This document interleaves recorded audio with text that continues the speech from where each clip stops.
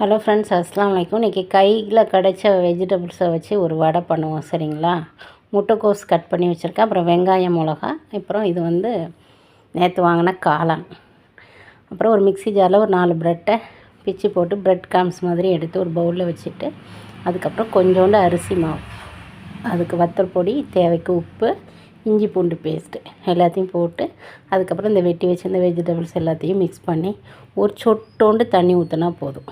ப்ரெட்டில் already தண்ணி கொஞ்சம் ஈரப்பதம் இருக்கிறதுனால ஒரு சொட்டோண்டு தண்ணி ஊற்றி நல்லா பிசைஞ்சி வடை மாதிரி தட்டி ப்ரெட் கிராம்ஸில் முக்கி கூட நீங்கள் போடலாம், இல்லை நான் அப்படி கூட போடலாம்.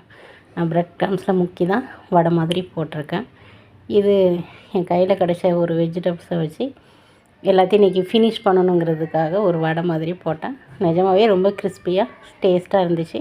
பிடிச்சிருந்தால் லைக் பண்ணுங்கள். இதுதான் ஈவினிங் ஸ்நாக்ஸு. அடுத்த வீடியோவில் சந்திக்கிறேன். அஸ்ஸலாமு அலைக்கும்.